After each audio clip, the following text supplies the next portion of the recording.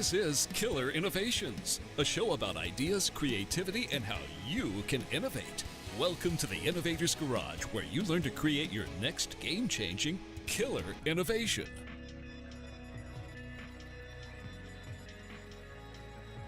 Welcome to Killer Innovations. We are on the road. We actually are in Sunnyvale, California, and we're kind of huddled into a conference room here, trying to get a show in here real quick.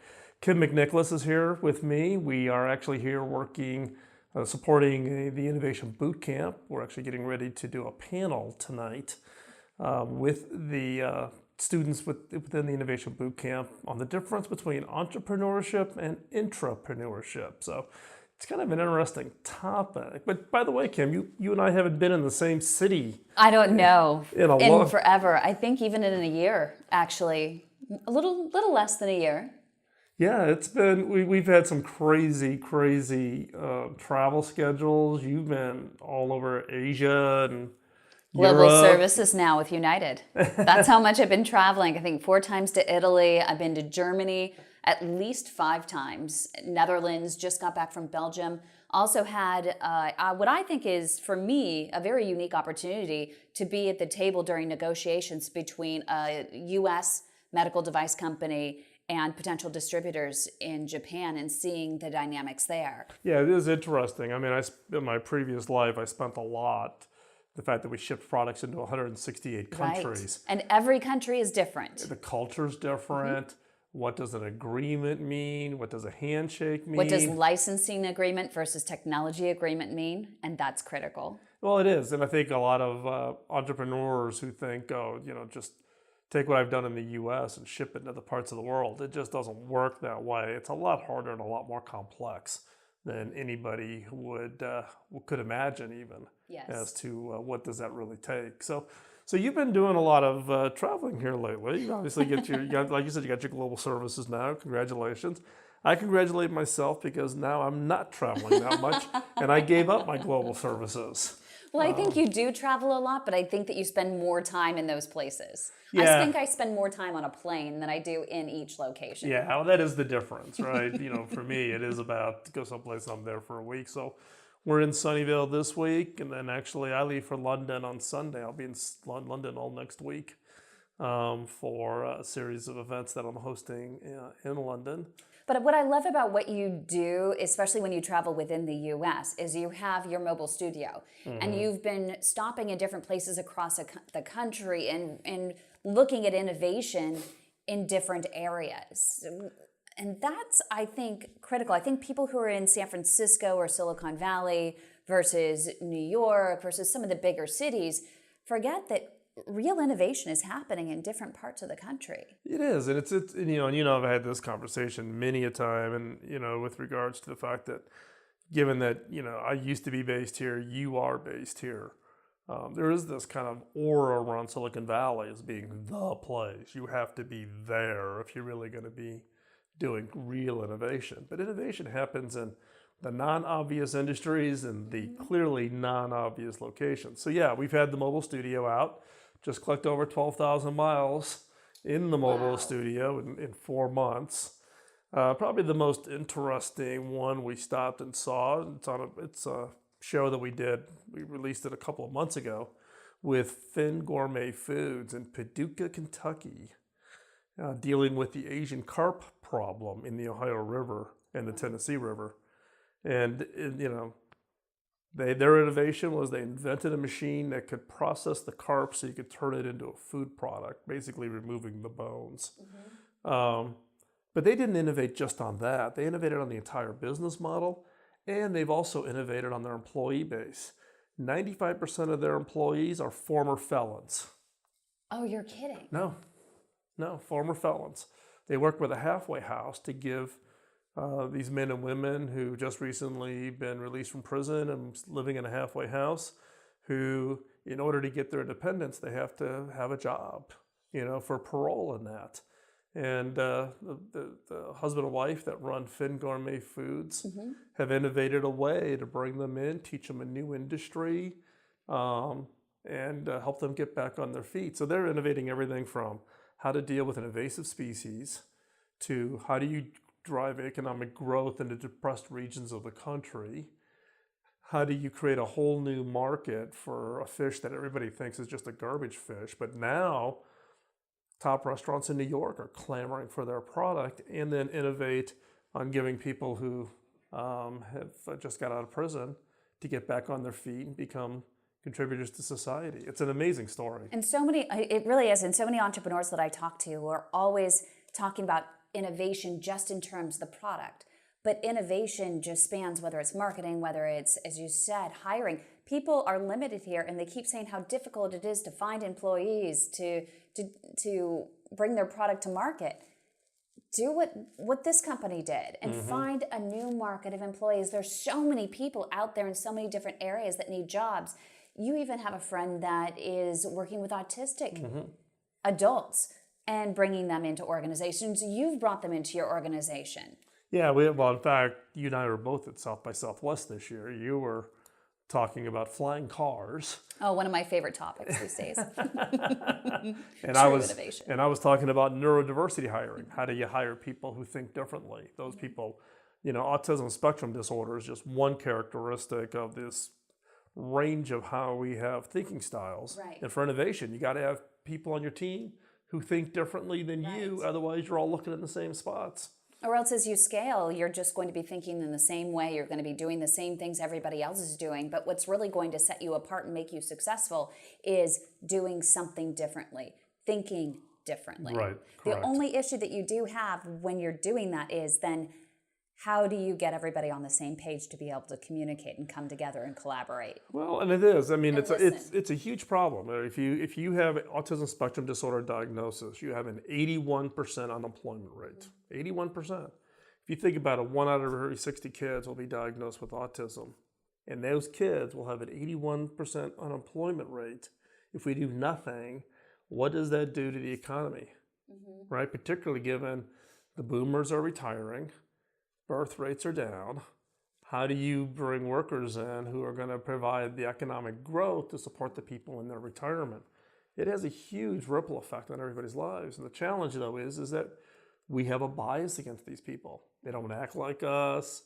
You're taught when you're hiring, you want someone to make good eye contact, good conversation, nice firm handshake, of which none of that is done with people in those categories. So we immediately turn off like, oh my gosh, they're going to be too hard to manage. They think differently. I don't know how to manage them. How do I incentivize them? Are they really promotable? Do I just give them a mailroom job maybe? Versus really treating them as peers and as professionals. And I think that's where the employment process within every organization needs to change. Yes, you do need a process. You need a process in order to scale, right?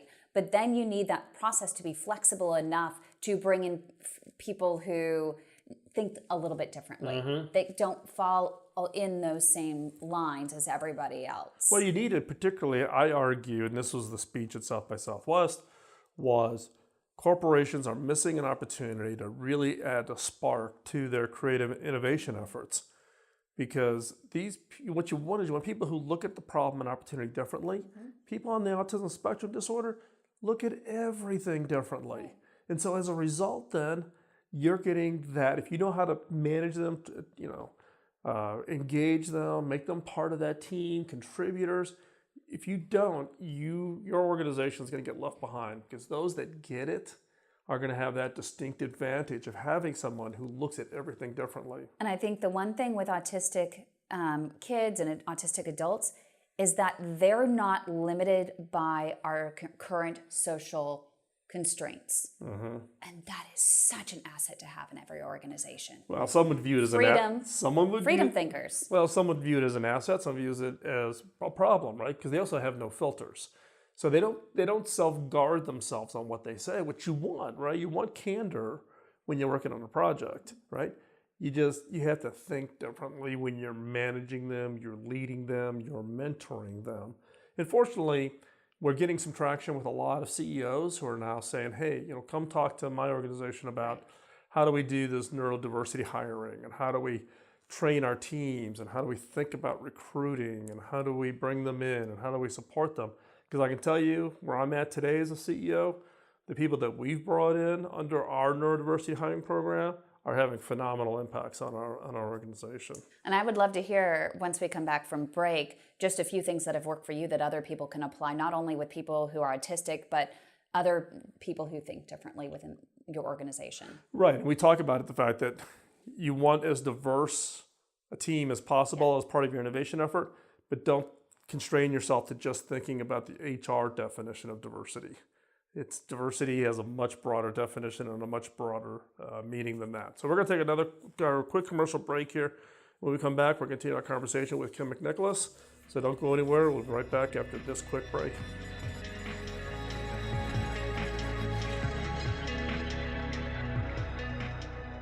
Welcome back to the show. We're here with Kym McNicholas. We are just happen to be in the same city, in the same location. For once. So I grabbed the recorder to record this quick show just to kind of catch up on everything. So we were talking before about diversity and diversity hiring. I mean, it's obviously become a hot topic. It is. Diversity. I really enjoyed your presentation and the conversation at South by Southwest, where you were talking about neurodiversity. But one of the things that really stood out to me, and I think was of interest to everybody in the room, was the tangible, actionable things they can do to apply the theory into their workplace, to bring a whole different group of thinkers in. And you have a few things that have really worked for you in bringing in some folks who are autistic. Yeah, with a nonprofit that my daughter, who's a speech language pathologist, Tara, and I run, called Hacking Autism. We've learned through hard knocks, what it takes really to create a work environment that works both for the employer and for the person. One of the keys that we found was matching them up to a mentor inside the organization who understands them, but who is not their hiring manager, which is important. Because in many cases, they don't pick up on the social cues. So they could be in a meeting and say something, and all of a sudden notice that people are kind of looking strange at them, but they don't know what they did. So they go to their mentor and said, hey, I had this meeting and I said X, da-da-da-da, and people looked at me weird. Did I say something wrong? And the coach can coach them and mentor them on, no, don't ever say that, or you should have said it this way, or let me go check and see what happened, and I'll give you feedback.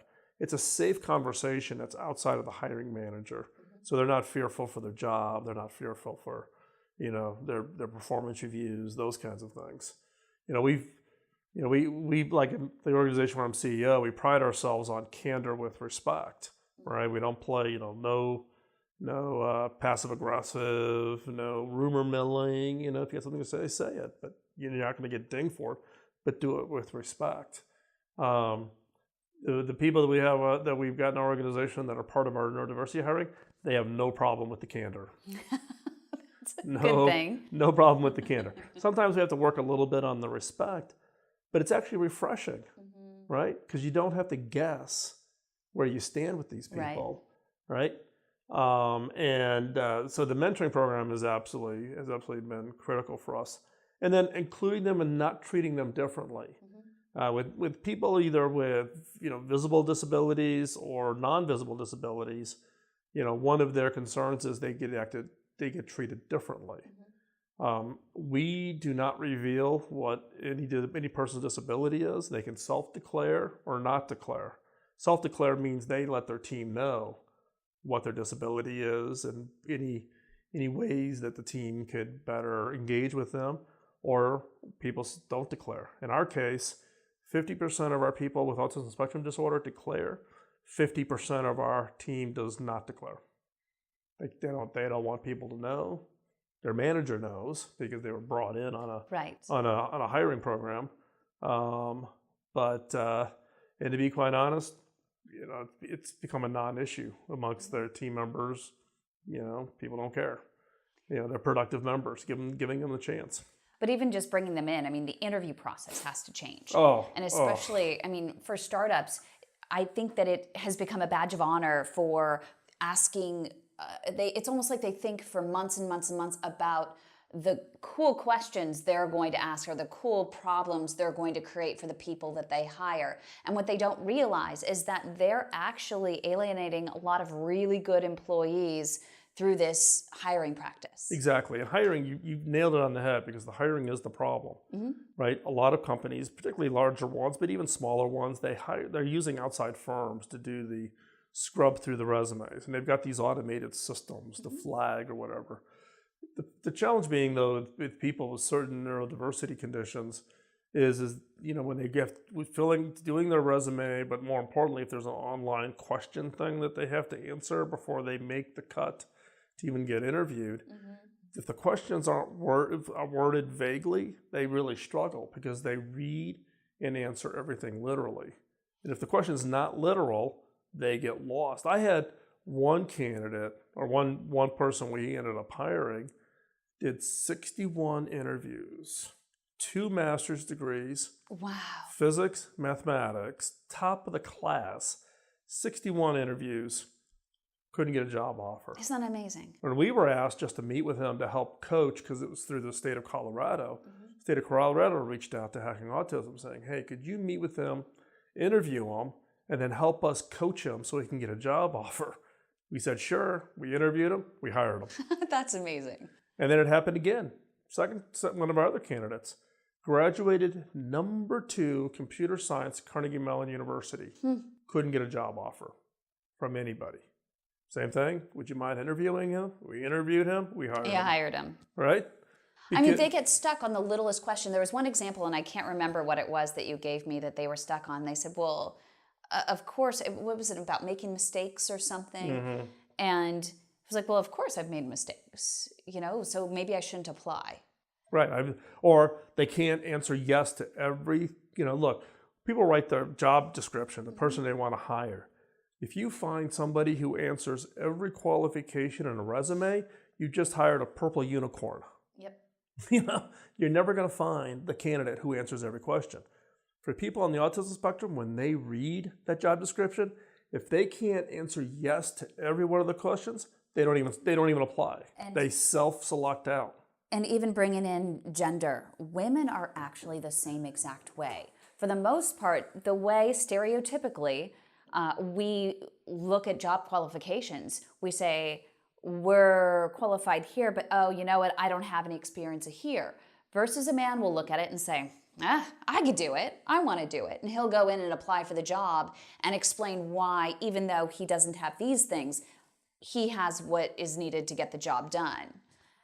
And if you want a diverse workplace, whether it's through neurodiversity or bringing in more women, which is really a huge push right now, you need to change your practices. You can't be afraid to innovate, even not just with your product, but innovate in the way you hire. Exactly. Recruiting, hiring, creating an environment that allows those people to come in and be successful in those environments. Right. We got to get out of this way that it was done, 20 years ago, much less 10 years ago, much less 5 years ago. We've got to. My argument is the more diverse your organization is, and it's not just the HR definition of diversity, whether it be gender, orientation, whatever, but also thinking styles becomes an incredible, and also background and history. Did you come from money? Did you not come from money? Are you a military brat? Because all those characteristics feed into how people look at ideas and problems and opportunities. And you want that as diverse perspective as possible, because when I go back and look, those are the teams that had the biggest impact, historically. So we're going to take another quick commercial break. When we come back, we're going to continue the conversation with Kym McNicholas.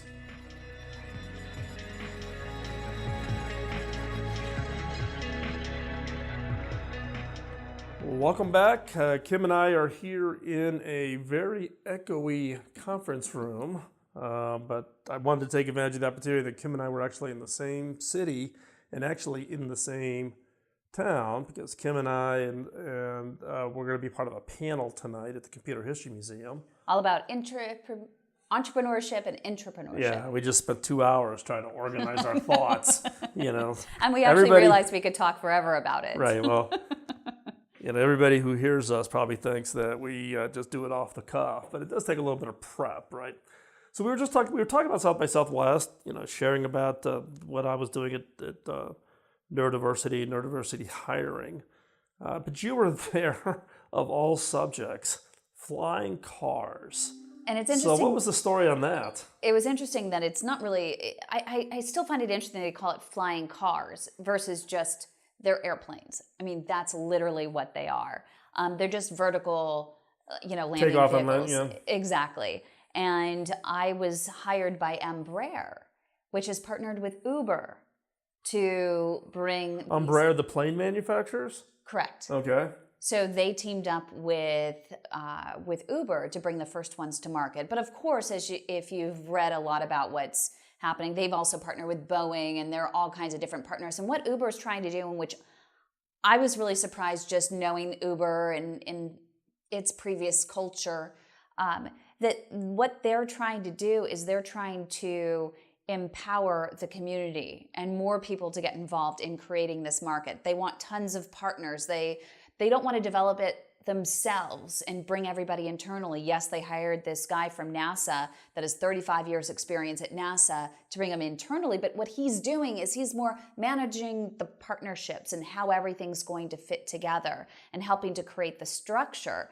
But they want to involve everybody. They realize that in order to bring this innovation to market sooner rather than later and not just make it this pipe dream for the future 20 years down the road, they need to empower the community. And that's really what the conversation was about. It was to a room filled with entrepreneurs and investors and them saying to the public, hey, we can't do this alone. Everybody needs to get involved. I believe that someone from, I think it was one of the founders of Google, has invested in an eVTOL as well, a vertical landing vehicle, takeoff and landing vehicle, that they wanted to create something separate. But in order to be successful, you can't have a bunch of separate things. You need to create an entire ecosystem. Right. And this would be one of the first times, I think, in recent history where someone's really saying, let's develop the ecosystem, or else it's never going to happen. And in fact, they're really looking at 2020 to be the first testing for the vehicle, in 2024, actually commercialization. That's some long thinking, though, because, I mean, in the case of most Silicon Valley, it's a 9 to 12 month kind of cycles. Mm-hmm. This is pretty long thinking. Plus, the ecosystem piece is challenging. Plus, I can only imagine. I mean, I operate in a regulated industry now. I can only imagine the regulatory complexities and the uncertainty in the space. But what they're doing, and what I like it with what they're doing, and I can't speak for all the different companies involved. I know Lyft has their own. I know, as I said, Google, everybody's trying to do their own. All building on the platform from an NVIDIA, because they all want to make it autonomous, right? But what I like what they're doing is while some of the other companies are focusing on the autonomous aspect of it, they're saying we're not going to go autonomous right away. Yes, it's going to have the capability, but we're going to reach people where they are and guide them where we want to be. Regulatory is not there yet. It's not going to be there for a long time. And so how do we get to market soonest? So what do you think? I mean, I was just thinking, just popped into my head, right? You think about the regulatory, right? The whole FAA getting caught off guard by drones, right? And now with all the, swinging back and forth on with the regulatory environment, does that lay kind of a foundation for these vehicles then when you think about it? Because they're personally owned flying vehicles, it's bad, it's tough enough. The FAA gets really concerned about you can't fly a drone near airports or in flight paths. And, when you think about everything that's on the ground all of a sudden being in the air. Right.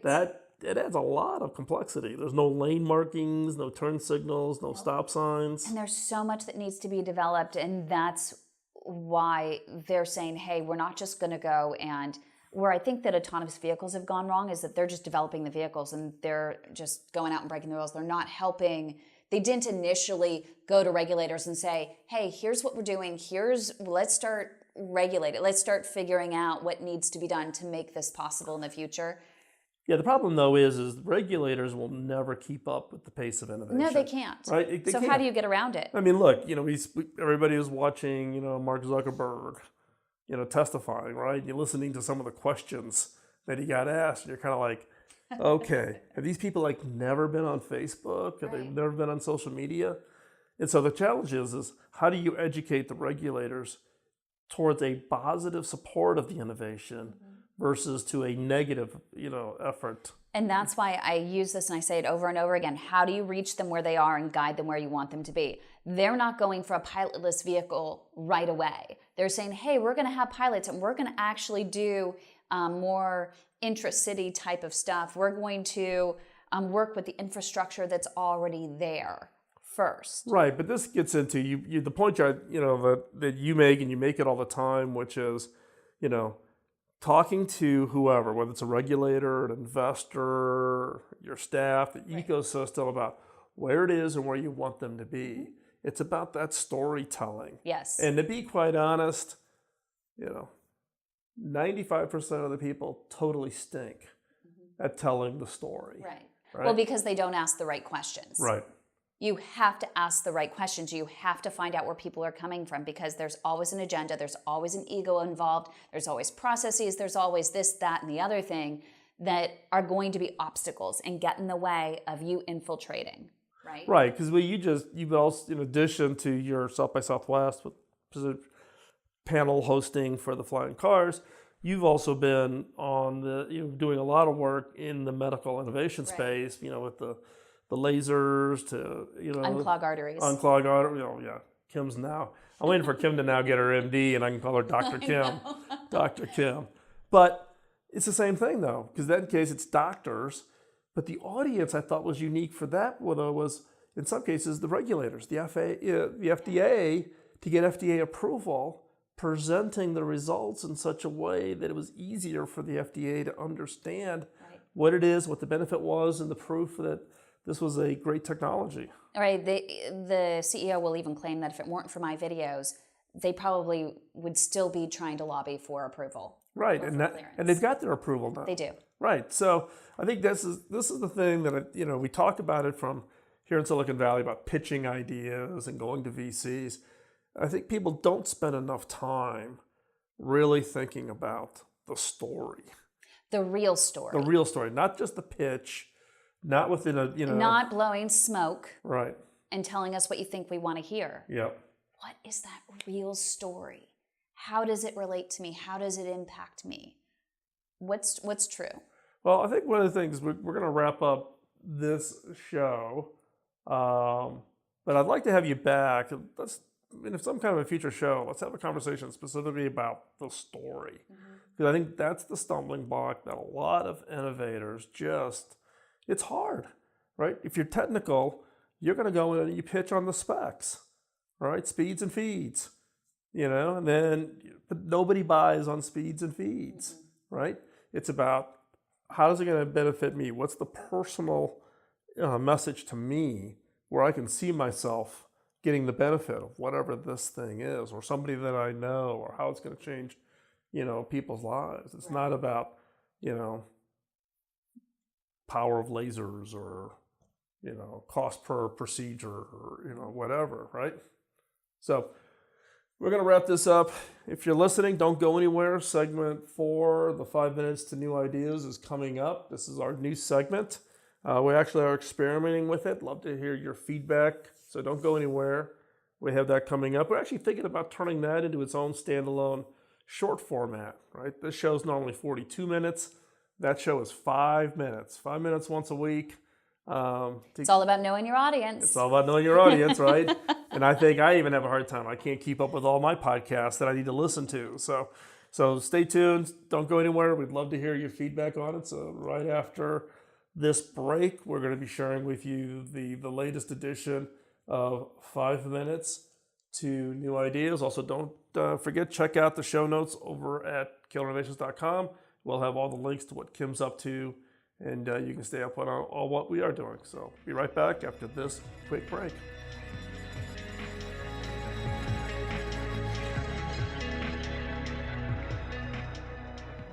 Back in the early days of this show, I would share what I called a killer question in each episode. These questions were designed to be used in your personal team or organization innovation efforts. Now, based on feedback from listeners like you, we've decided to bring it back with some improvements. Each episode of the Killer Innovations has a segment that I'm now calling 5 Minutes to New Ideas. They are designed for the creative mind looking for that next great idea. Each episode will challenge you to think differently about your business, your products, your services, and yourself by asking unique, funny, and sometimes crazy questions. These questions are designed to force you to look beyond the obvious and to uncover those ideas and opportunities you never before considered. So, get out your notebook and be ready to uncover that game-changing idea. Here is 5 Minutes to New Ideas.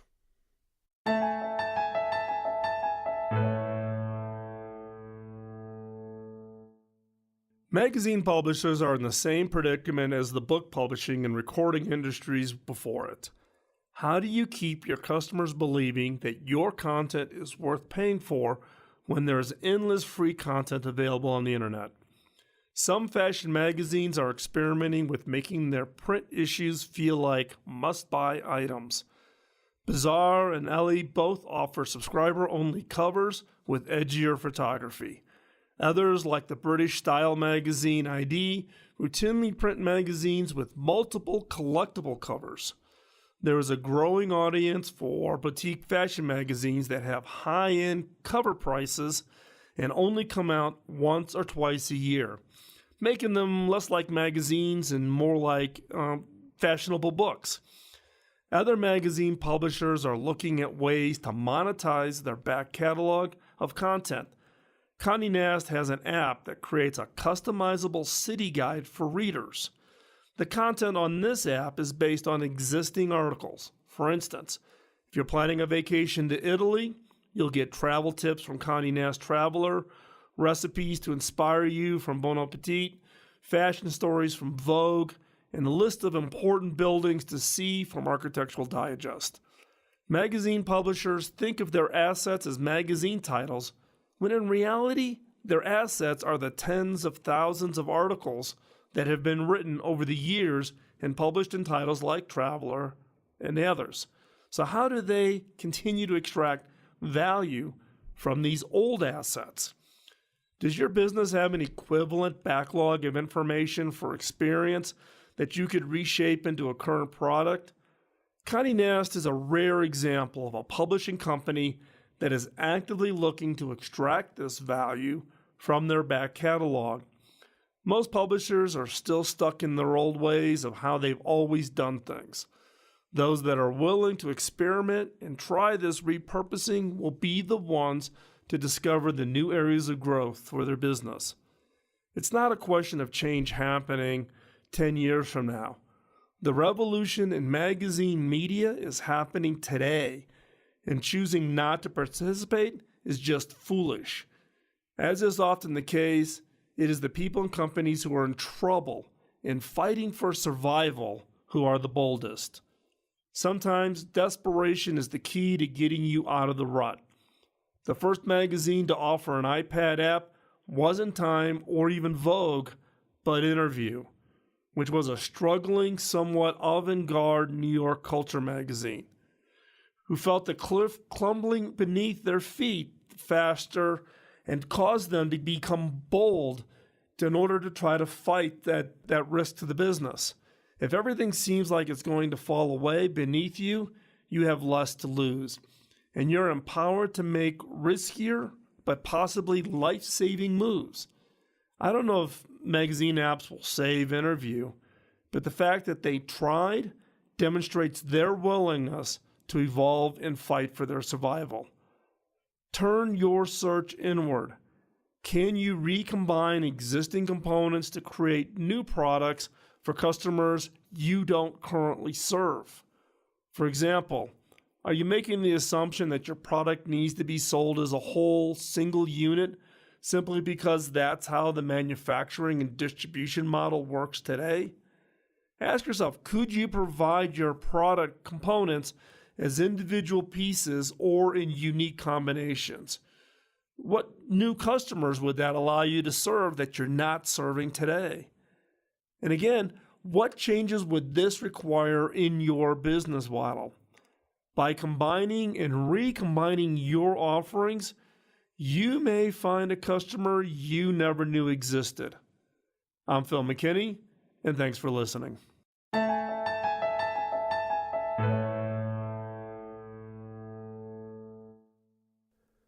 Thanks for taking the time out of your busy schedule to join in. If you have any comments or suggestions, drop me a note at phil@killerinnovations.com.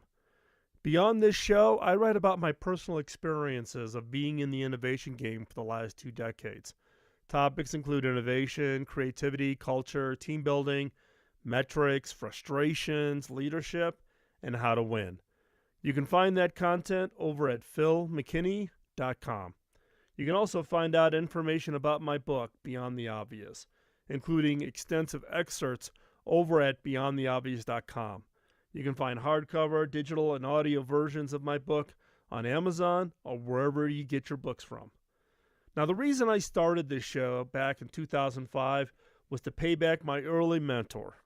My first mentor, Bob Davis, invested an immense amount of time in training and coaching me, which had a major impact on my career. When I went back and asked him how I could pay him back, he laughed and said I couldn't. I had to pay it forward. If I could ask for a favor, could you help me pay it forward? How? 1, by giving us a rating wherever you get your podcast, as that helps spread the word. And 2, by telling others about the show. If you want to be part of the conversation between the shows, I hang out in the Innovators community on Slack. The Innovators community is a private community of vetted innovators who help each other succeed. Check it out at theinnovators.community. This episode of Killer Innovations was produced by the Innovators Network. You can find the show notes and the entire show catalog going back to 2005 at killerinnovations.com. I'll talk to you next week, and in the meantime, go out and change the world with your killer innovation. Bye-bye.